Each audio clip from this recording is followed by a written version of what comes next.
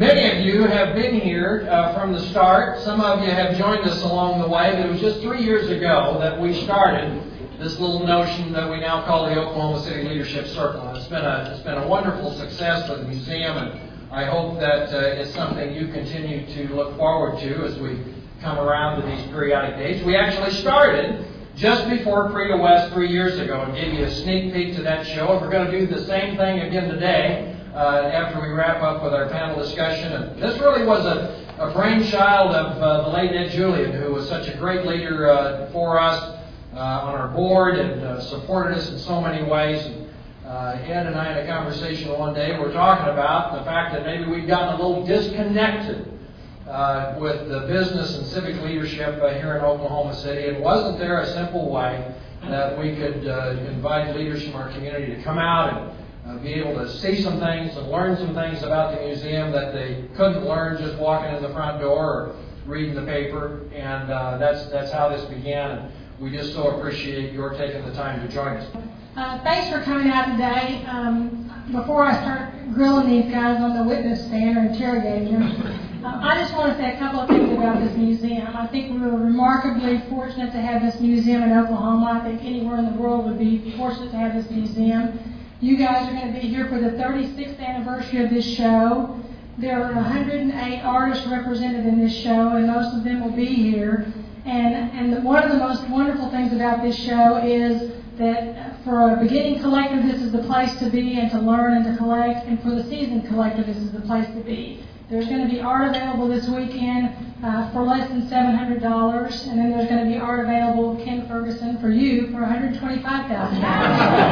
there's something for everybody. So I encourage you to enjoy as much of the weekend as you can. One of the things that I think is interesting, and my husband H and I have this conversation a lot, and I want to see what you guys think about it, is H has been a career artist for about 40 years, and he chose art because of the subject matter, the cowboy. I mean, that was what drew him to the medium. And I know it's not that way with everybody. Other people want to be an artist, and they really aren't that particular about the subject matter, but both of you seem to kind of have a particular style and a particular love. And so I want to know how you got there. I mean, you're the big Grand Canyon guy. I mean, what drew you to that, and how did that all develop? And what did that mean to you in terms of what you're doing? The bottom line is, I grew up in the Southwest. I love the Southwest. I was always drawn to. I always wanted to paint mountains. I always wanted to paint rocks and valleys and skies. That was just my thing. Except that you probably have not seen enough of my work because that is because this is a Western art show, a Western museum, and most of my work is seen in those venues and other Western shows. Rarely do people really get to see the other things I do. I'm kind of schizophrenic when it comes to my work, actually. It's across the board. If you looked at my work from all the different, I've been through many periods of work, from expressionism to abstraction to all sorts of things going on all the way across the board. But there's a pendulum that kind of switches back and forth all the time.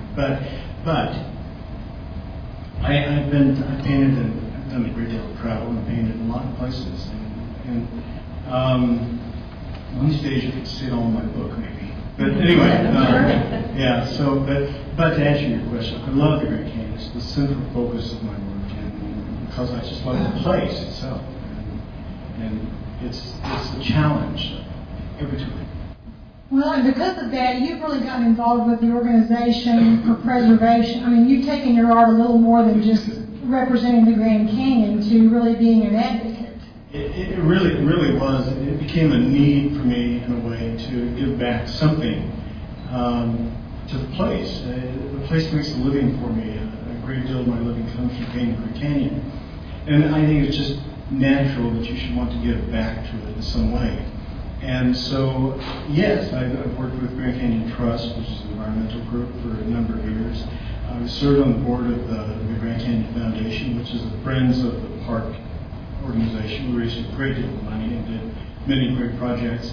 And currently I'm working with on the board of the Grand Canyon Association. And so we're having, I know it's confusing, isn't it?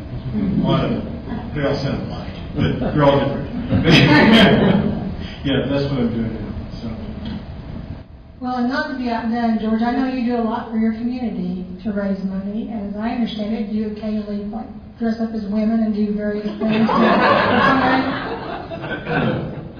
Only if I've had a lot of scotch. No, I've always tried to take my work as serious as you can. I mean, I'm dedicated to my work, but I've tried to take myself not very seriously. And I just think that sense of humor has gotten me through so much. My family was like that. There was always laughter in my family. My daddy was, you go to a funeral and you hear the pallbearers laughing, and my dad would be in there telling them an off-color joke, you know. But I've always tried to make light of it, even though I was so serious about my work. And you're talking about the fundraiser that we do in Bosque County, as Chuck mentioned, the Bosque Mafia. Martin Greeley, Bruce Green, Tony Eubanks, and myself have all live in Bosque County. And the entire population is 7,500 people, I guess. We've got an art center there that does musicals. We've got teach art, dancing, tap, a little bit of everything. Several years ago, they started a fundraiser for that facility. And at the time, we were a couple hundred people sitting having dinner, and they were selling gallons of paint and garden hoses and radiator hoses and things like that. And I hear $3.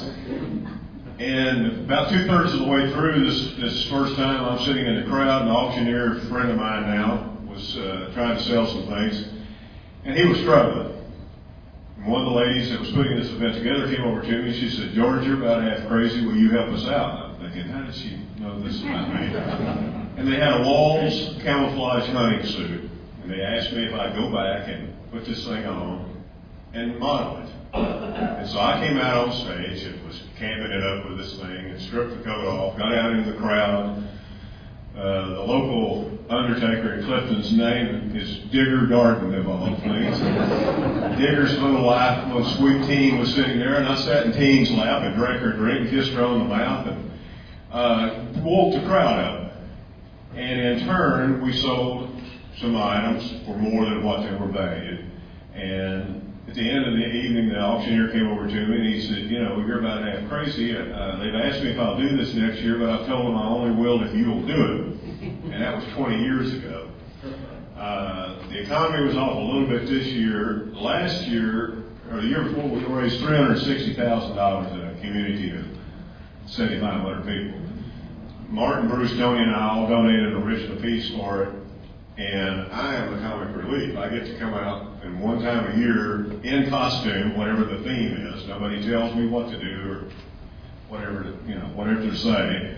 But I get to be in costume and be the comic relief and kind of wake people up during this auction. So if you hear that I'm dressed like a woman, it was only for charitable reasons. That's what they all say.